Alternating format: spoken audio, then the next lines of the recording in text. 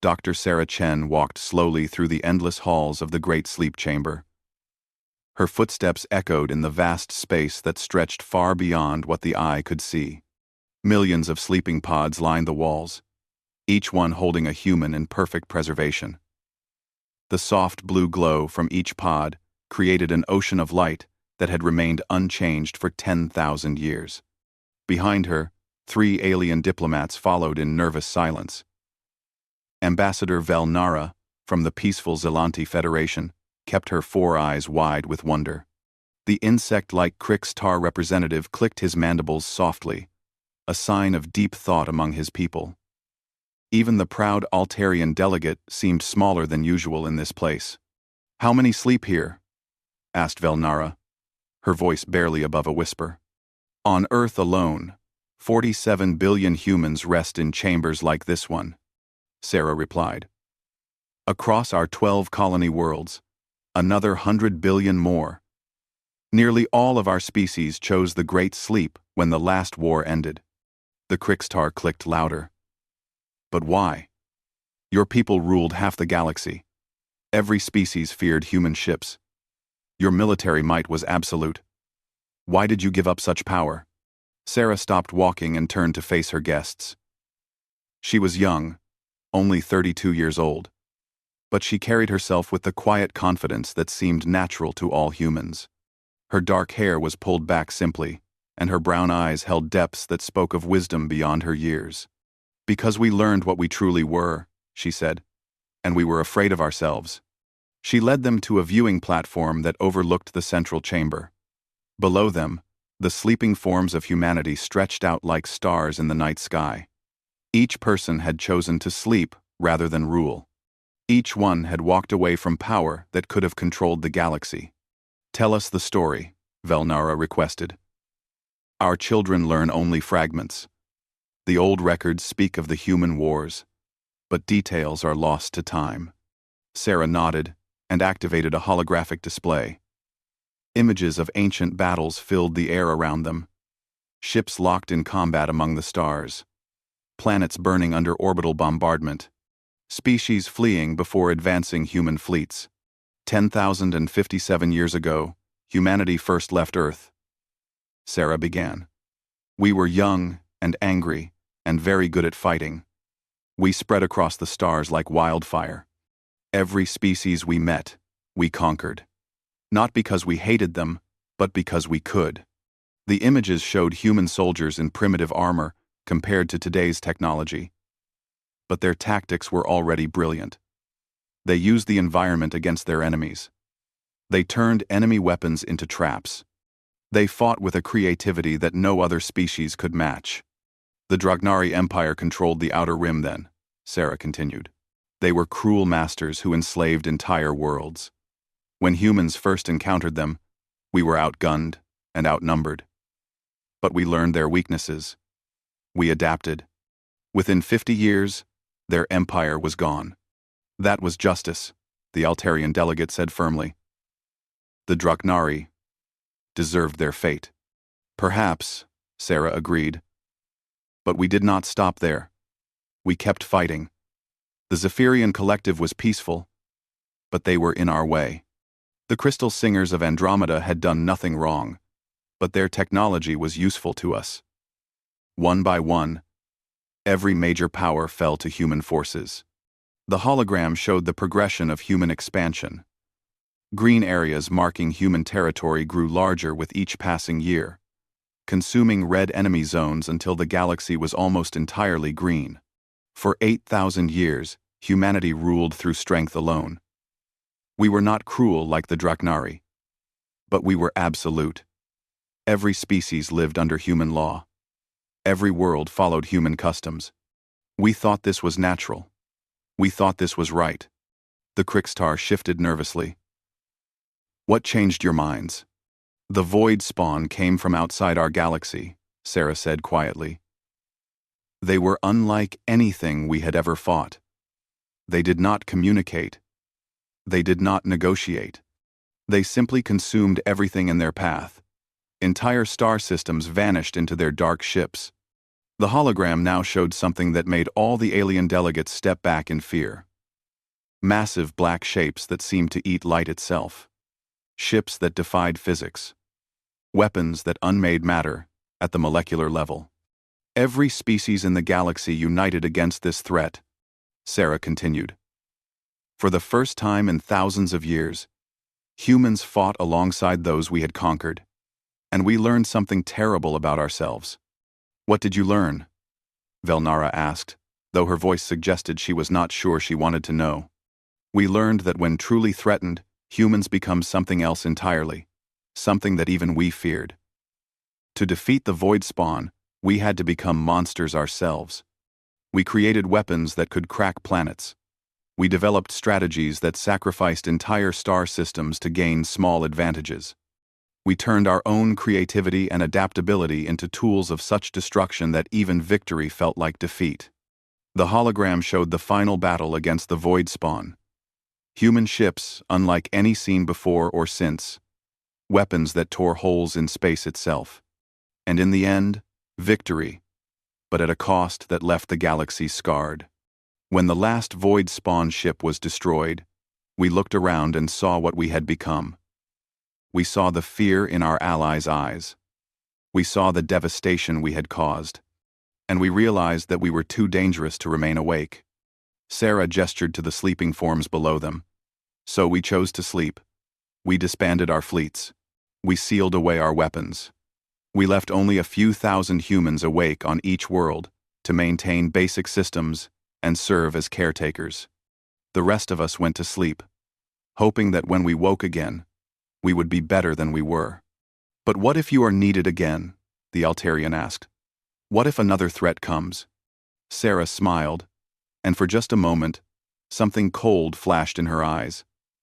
Something that reminded the delegates why their ancestors had feared humanity. Then we will wake up, she said simply, and the galaxy will remember why we chose to sleep. High above Earth's atmosphere, sensors detected something that had not been seen for 10,000 years. Unknown ships were approaching the outer edge of the solar system. Ships that did not belong to any known species.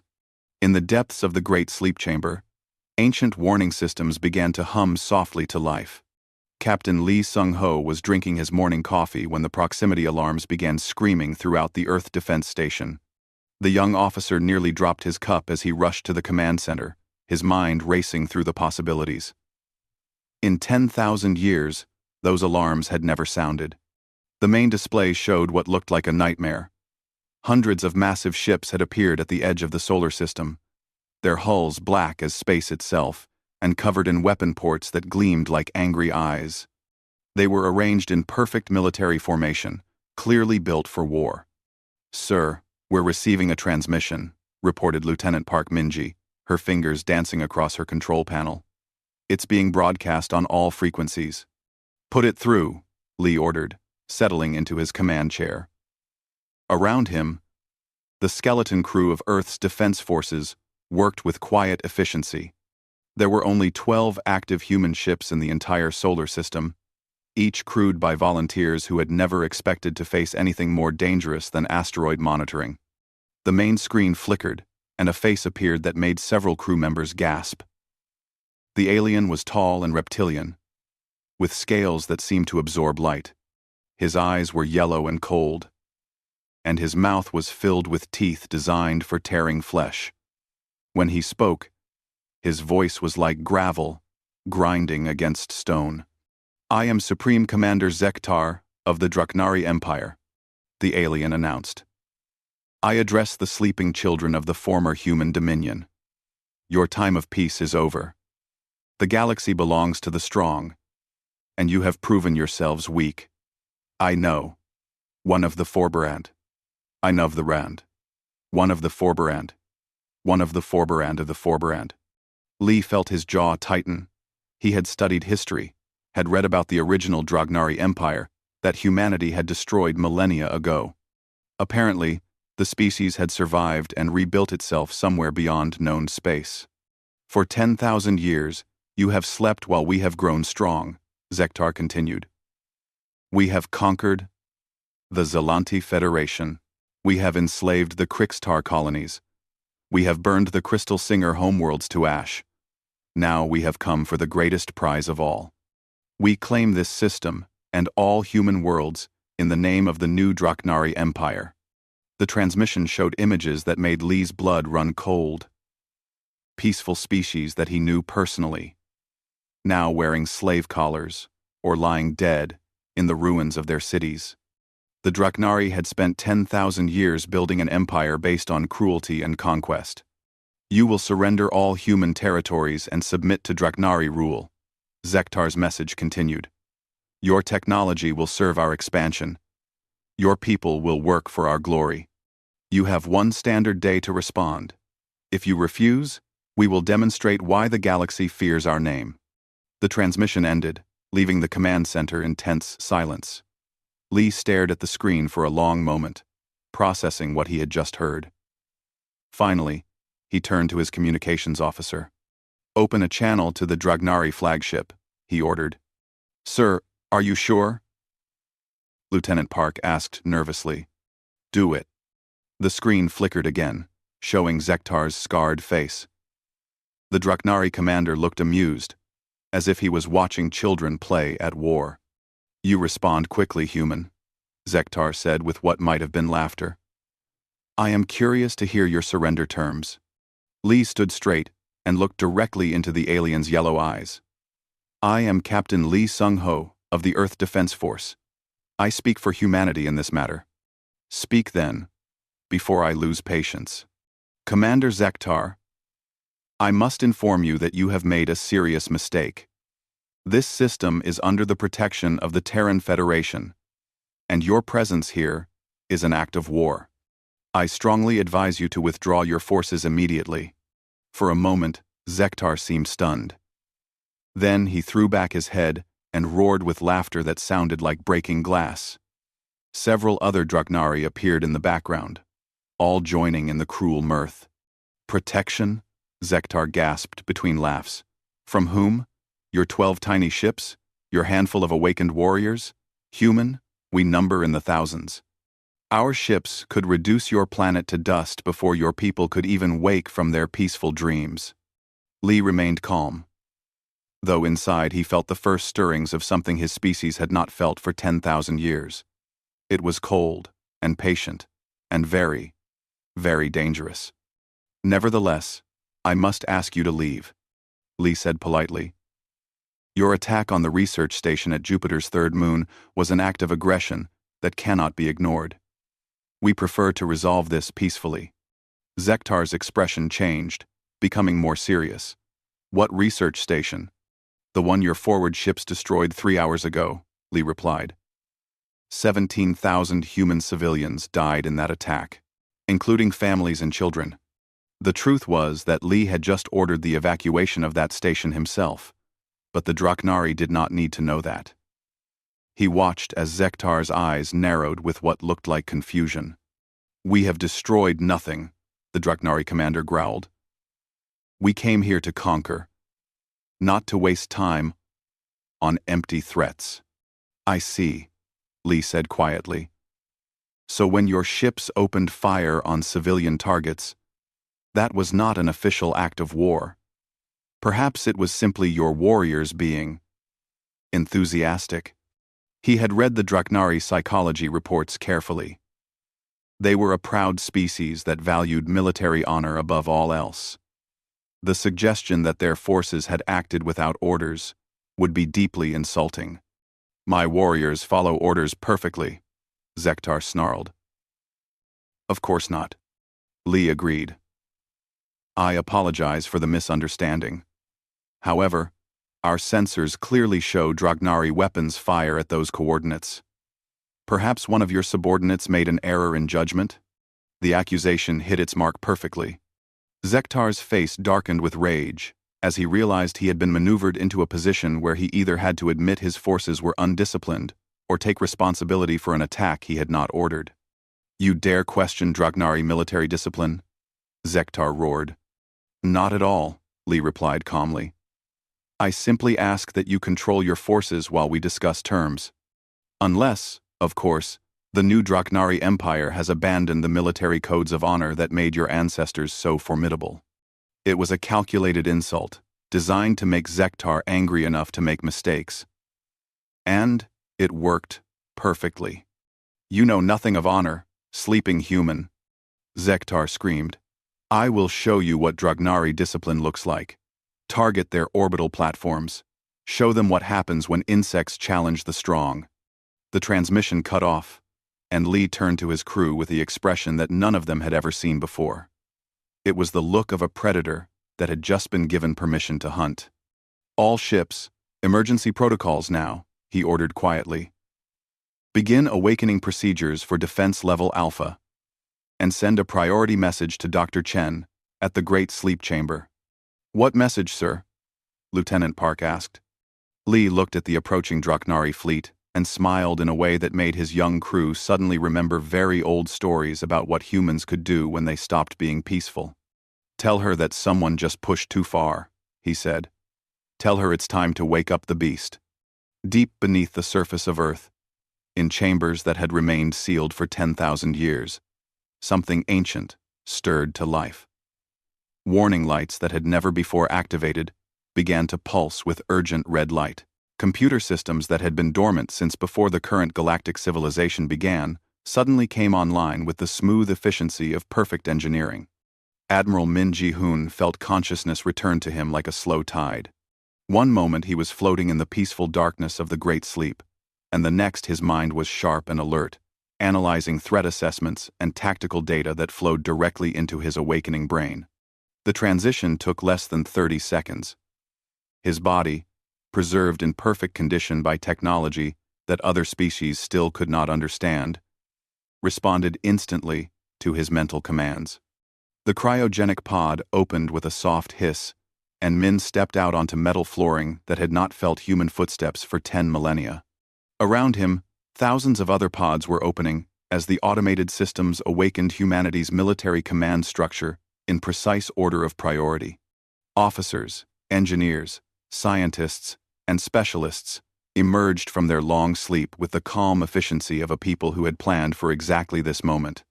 Status report, Min commanded, his voice cutting through the quiet sounds of awakening. He moved to a command terminal that activated at his touch, responding to genetic markers that identified him as one of humanity's highest-ranking military officers. The information that flowed across his screen would have overwhelmed any other species, but Min absorbed it all in seconds. Enemy fleet composition, defensive positions, current galactic political situation, technological developments during humanity's sleep. His mind, enhanced by medical procedures that had been advanced even 10,000 years ago, processed every detail and began forming tactical responses. Admiral, came a voice from behind him. Min turned to see General Kim Soo-yeon approaching, her own awakening process complete. Around them, the command center was filling with officers who had not seen each other for 10,000 years, but fell immediately back into their roles, as if no time had passed at all. Soo-yeon, Min acknowledged with a nod. What do you make of this? The Draknari have rebuilt themselves into something impressive, she replied, studying the tactical displays. But they made a critical error. They attacked while we were still sleeping, instead of negotiating from a position of strength. They could have owned the galaxy by now, if they had been patient. 2000. Min nodded grimly. Instead, they chose to wake us up. Have our sleeper protocols been activated? Activation is proceeding on schedule, reported Colonel Park Ji-woo from his station. Military personnel are being awakened first, followed by engineers and tactical specialists. Industrial facilities are coming online. The deep storage vaults are responding to command codes. Good. How long? Until we reach full operational capacity. 72 hours for basic combat readiness. 1 week for full mobilization. Min studied the enemy fleet positions and made rapid calculations. They have given us 24 hours to respond to their ultimatum. That suggests they expect immediate surrender or a brief, one-sided battle. They have no idea what they are dealing with. Dr. Sarah Chen appeared on the main communication screen, her face showing the strain of coordinating the awakening process from the civilian side. Admiral, we have a problem. The alien delegations that were visiting the Great Sleep Chamber are demanding to know what is happening. Several galactic governments are requesting immediate communication. Tell them that humanity is addressing the Draknari threat. Min replied. Assure them that we will minimize collateral damage to innocent species. Sir, they are terrified, Sarah continued. The older species remember the stories about human military capability. They are requesting evacuation from nearby systems. Min paused, considering the implications. Probably a wise precaution. Grant all evacuation requests. And Sarah? Yes, Admiral? Send a message to the Galactic Council. Inform them that humanity is temporarily resuming active military operations. We will return to dormancy once this threat has been eliminated. The transmission ended, and Min turned his attention to the tactical situation. The Dragnari fleet was impressive by current galactic standards, but they had made several crucial mistakes. They had approached through the most obvious route. They had bunched their ships together in standard formation. Most importantly, they had underestimated their enemy. Begin Phase 1. Min ordered. I want sensor readings on every ship in their fleet. Analyze their communications, their power signatures, their maneuvering capabilities. Map their command structure, and identify their weaknesses. Around him, the awakened human officers moved with a precision that seemed almost supernatural to other species. Each person knew exactly what needed to be done, and did it, without hesitation. Computers that had been sleeping for 10,000 years came online and began coordinating with military databases that contained the tactical knowledge of an entire civilization. Admiral, General Kim reported. The industrial facilities on Luna are responding. Shipyard Omega is fully operational. The automated factories in the asteroid belt are beginning production runs. What is our current fleet strength? 12 active patrol vessels, as you know. However, the deep storage facilities contain 437 ships of various classes, all in perfect preservation. They can be made ready for combat within 18 hours. Min smiled grimly. And our special projects? The Phantom Fleet protocols are intact. The Void Hunter squadrons are in perfect condition. The experimental weapons from the final Void Spawn campaign are ready for deployment if needed. For a moment, the command center fell silent as everyone considered what they were discussing. The weapons and tactics that humanity had developed to fight the Void Spawn had been so terrible that they had scared even their creators. They had been sealed away after the war, with hopes that they would never be needed again. Let us hope it does not come to that, Min said quietly. Begin with conventional responses. If the Dragnari prove reasonable, perhaps we can end this without demonstrating why we chose to sleep. Captain Lee Sung-ho's face appeared on the communication screen. Admiral, the Dragnari fleet is beginning to move toward Earth. They appear to be targeting our orbital platforms. Captain, you have done excellent work in buying us time, Min replied. Continue to delay them as long as possible, without engaging in direct combat. Understood, sir. What should I tell them if they demand another response to their ultimatum? Min considered the question carefully. The Dragnari expected either immediate surrender or desperate resistance from a species they believed to be weak. Instead, they were about to encounter something that no species in the current galaxy had ever faced. Humanity at war. Tell them that their ultimatum has been received and is being considered by appropriate authorities, Min said finally. Tell them that they will have their answer soon. What he did not say was that their answer would come in the form of 400 human warships emerging from concealment around the solar system. Ships that had been designed by a species that had once conquered half the galaxy and had learned from every battle they had ever fought. And Captain? Yes, Admiral. Thank you for not starting this war while we were asleep. When this is over, remind me to commend your restraint. A younger humanity might have simply destroyed them upon arrival. Lee smiled grimly. And the current humanity, sir? Min looked at the tactical displays showing the approaching Draknari fleet, then at his officers who were calmly preparing for a battle that would determine whether humanity would return to peaceful sleep or be forced to reclaim their place as the galaxy's dominant military power. The current humanity will give them one chance to leave, he said quietly. After that, we will remind the galaxy why we chose to sleep instead of rule.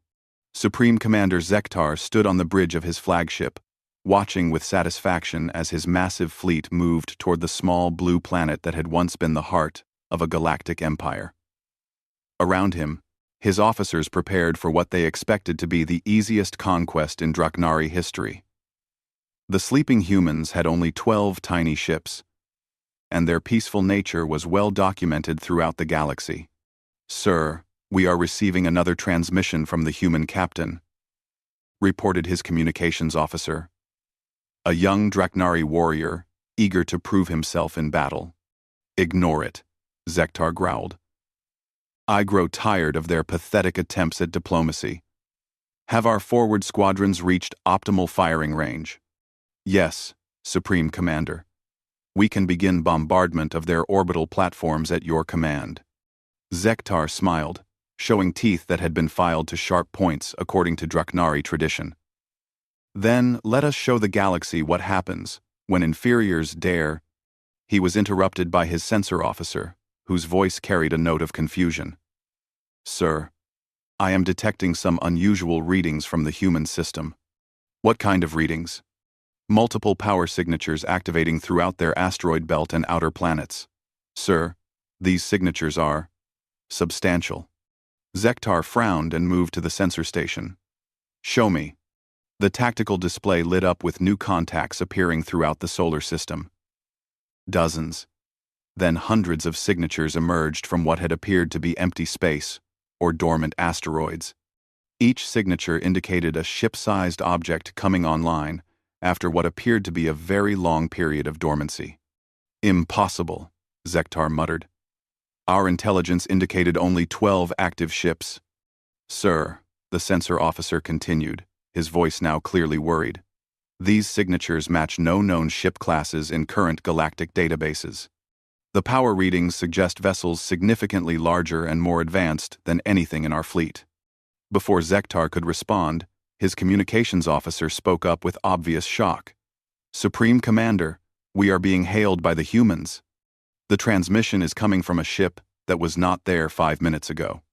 "Put it through," Zektar ordered, though his confidence was beginning to waver. The main screen activated to show a human face that was completely different from the young captain they had been dealing with. This man was older, with steel-gray hair and eyes that seemed to look right through whoever was watching. When he spoke, his voice carried the absolute authority of someone who had commanded respect across the galaxy for centuries. "I am Admiral Min Ji-hoon of the Terran Federation Defense Force," the human said calmly. "You are Supreme Commander Zektar of the Draknari Empire, I presume."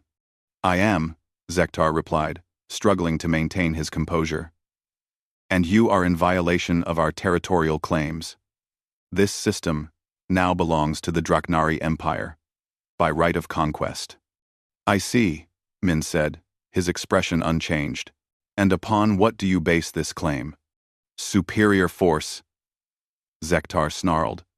"We command the greatest fleet in galactic history. Your pitiful dozen ships cannot stand against our might." "Ah," Min nodded thoughtfully. "I believe there has been a misunderstanding about our fleet strength. Allow me to clarify the situation." The Admiral made a gesture off-screen, and suddenly the space around the Draknari fleet lit up with contacts. Ships materialized from stealth fields, emerged from hidden asteroid bases, and dropped concealment that had made them invisible to Draknari sensors. In seconds, Zektar's fleet found itself completely surrounded by human vessels that outmassed them 3-to-1. "As you can see," Min continued conversationally, "we have been somewhat modest about our defensive capabilities. Now, I believe you mentioned something about superior force? Zektar stared at the tactical display in growing horror. Every human ship was larger than his largest vessel, and their weapon signatures indicated firepower that should have been impossible with current technology. Worse, they had appeared with a coordination and precision that spoke of military excellence far beyond anything his own forces could achieve. "This is impossible," he whispered. "Our intelligence reports indicated that humanity was weak, peaceful, divided." "Your intelligence was accurate," Min replied. "We have indeed been peaceful for 10,000 years. We chose sleep over dominance because we learned that we were too good at war for the galaxy's safety. However, you have chosen to attack our civilians, threaten our homeworld, and declare war upon our people. This was not a wise decision." "Sir," Zektar's tactical officer reported in a shaking voice, "our weapons cannot penetrate their shields. Their smallest ships have defensive fields stronger than our flagship. And their weapons, sir, their weapons could cut through our entire fleet like it was made of paper." Min seemed to hear this report, because he smiled slightly. "Commander Zektar, I am going to give you a demonstration of human military capability. Please observe the asteroid designated Target Alpha in your navigation computers." On the long-range sensors, Zektar watched as a human ship no larger than his own frigates moved toward a massive asteroid, easily the size of a small moon. A single beam of energy lanced out from the human vessel, and the asteroid simply ceased to exist. Not destroyed or broken apart, but completely converted to energy in a display of power that defied every law of physics that Zektar understood. That weapon represents approximately 0.1% of our current fleet's total firepower, Min explained pleasantly. "We developed it to fight an enemy that could devour entire star systems." Around the Dragnari flagship, other commanders were reporting similar demonstrations. Human ships were casually destroying large asteroids, moving at speeds that should have torn them apart, and demonstrating tactical coordination that made the Dragnari fleet look like amateur pirates. "Now," Min continued, "let me explain your current situation. You have two choices. The first is to withdraw immediately from human space and never return. If you choose this option, you will be allowed to leave unharmed. Though I should mention that we will be sharing certain information about your empire with the species you have enslaved. They may not be as forgiving as we are." "And the second choice?" Zektar managed to ask. Min's expression did not change, but something cold and terrible flickered in his eyes. "The second choice is that you continue your attack. If you choose this option, we will demonstrate why our ancestors conquered half the galaxy, and why we chose to sleep rather than rule. Your fleet will be destroyed, your empire will be dismantled, and every species in the galaxy will be reminded of what humanity is capable of when we stop being peaceful." For a long moment, the bridge of the Dragnari flagship was silent. Zektar looked at his tactical displays, at the overwhelming force surrounding his fleet, at the casual demonstrations of power that made his own weapons look like toys. He had spent his entire life preparing for war, but nothing had prepared him for this. "You have 5 minutes to decide," Min said quietly. "I suggest you choose wisely."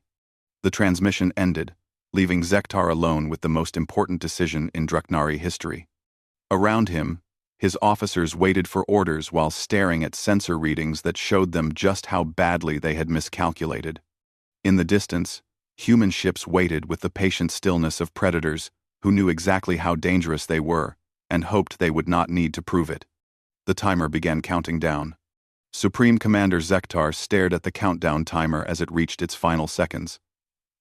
Around him, on the bridge of his flagship, his officers waited in tense silence for his decision. The tactical displays showed the overwhelming human fleet surrounding them like patient hunters, each ship radiating power that dwarfed anything the Dragnari had ever encountered. "Sir," his second-in-command asked quietly, "your orders?"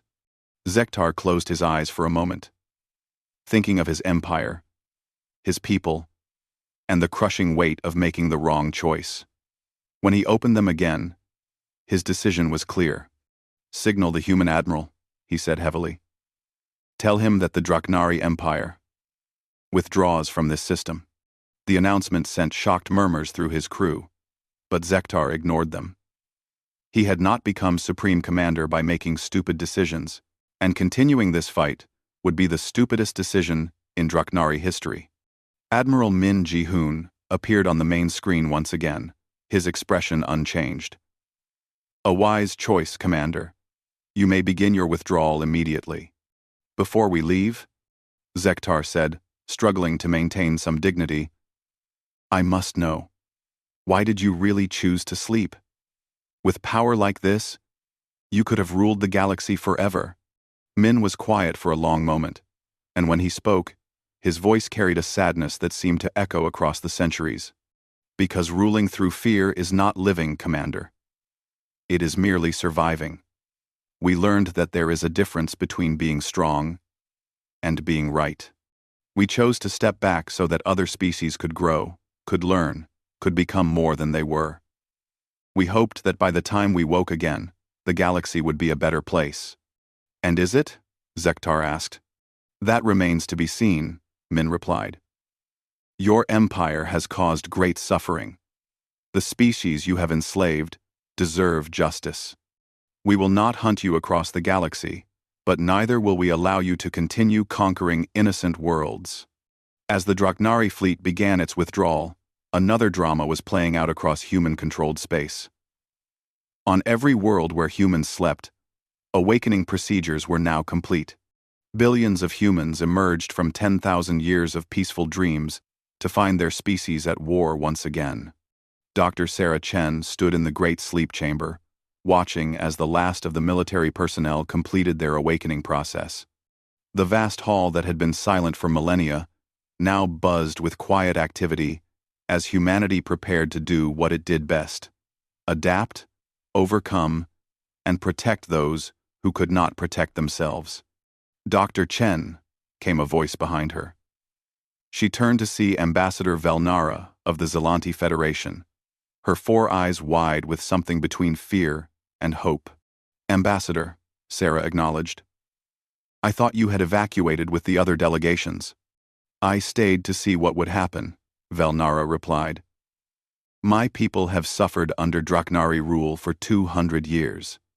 When we heard that humanity was awakening, some dared to hope. I stayed. I stayed. I stayed. I stayed to see what would happen. And what do you hope for? Liberation? Velnara said simply. My homeworld is a slave colony now. My children live in labor camps. If humanity is truly returning to active service, perhaps there is a chance for justice. Sarah considered this carefully. What humanity does next will depend on what the galaxy needs, not what we want. We did not wake up to become conquerors again. But surely you will not allow the Draknari to continue their expansion? Before Sarah could answer, Admiral Min's voice came over the general communication system. His words were broadcast not just to Earth, but to every human world and every ship in the fleet. People of Earth, people of humanity, he began. We have slept for 10,000 years, hoping that the galaxy would learn to live in peace without us. Today, we discovered that hope was premature. The Draknari Empire has enslaved dozens of species and threatened our own people. They have forced us to wake up and remember what we once were. Throughout human space, billions of people listened to words they had hoped never to hear again. However, Min continued, we are not the same humanity that once conquered the galaxy through strength alone. We have learned wisdom in our sleep. We will not become conquerors again, but neither will we allow tyrants to destroy the peace we have tried to build. The Admiral paused, and when he spoke again, his voice carried the weight of absolute determination. Therefore, humanity will remain awake until the Draknari Empire ceases to exist as a threat to innocent species. We will liberate their slave worlds. We will dismantle their war machine. We will ensure that every species they have conquered has the chance to choose its own destiny. And when this task is complete, We will return to our sleep, hoping that the next time we wake, it will be to a truly peaceful galaxy. The announcement sent shockwaves throughout known space. On Draknari slave worlds, whispered rumors spread like wildfire. The humans were awake. The sleeping giants had returned. Liberation was coming. In the Galactic Council chambers, emergency sessions were called as species that had never seen human military power tried to understand what was happening. Old records were consulted. Ancient treaties were examined. The galaxy was about to be reminded of what humanity could do when it stopped being peaceful. Aboard the withdrawing Draknari flagship, Supreme Commander Zektar received reports of slave revolts breaking out across his empire. Human ships were already moving toward Draknari space, not to conquer, but to liberate. His scouts reported that the humans fought with a precision and coordination that made resistance seem hopeless. "Sir," his communications officer reported, "we are receiving surrender offers from 17 of our frontier governors. They are requesting human protection in exchange for releasing their slave populations." Zektar slumped in his command chair, watching his empire crumble as word of human intervention spread. "Signal the fleet. We are returning to the home system. If we are to fall, we will make our stand there." Back on Earth, Dr. Sarah Chen and Ambassador Velnara watched the tactical displays showing human fleets spreading across the galaxy like points of light, bringing hope to the oppressed. "Will they really go back to sleep when this is over?" Velnara asked. "If there is anything I have learned about my species," Sarah replied, "it is that we keep our promises. Humanity will fight this war, win this war, and then return to our dreams, hoping that next time we wake up, it will be to something better than what we left behind." "And if another threat appears?" Sarah smiled, and for just a moment, her expression carried the same quiet confidence that Admiral Min had shown to the Draknari commander. "Then we will wake up again," she said simply. "And the galaxy will remember why we chose to sleep instead of rule. Some lessons, Ambassador, are worth repeating until everyone understands them." High above Earth, the human fleet prepared for a campaign that would free dozens of worlds and remind the galaxy that some evils would not be tolerated, no matter how long the good chose to sleep. The beast was awake, and it was hungry for justice.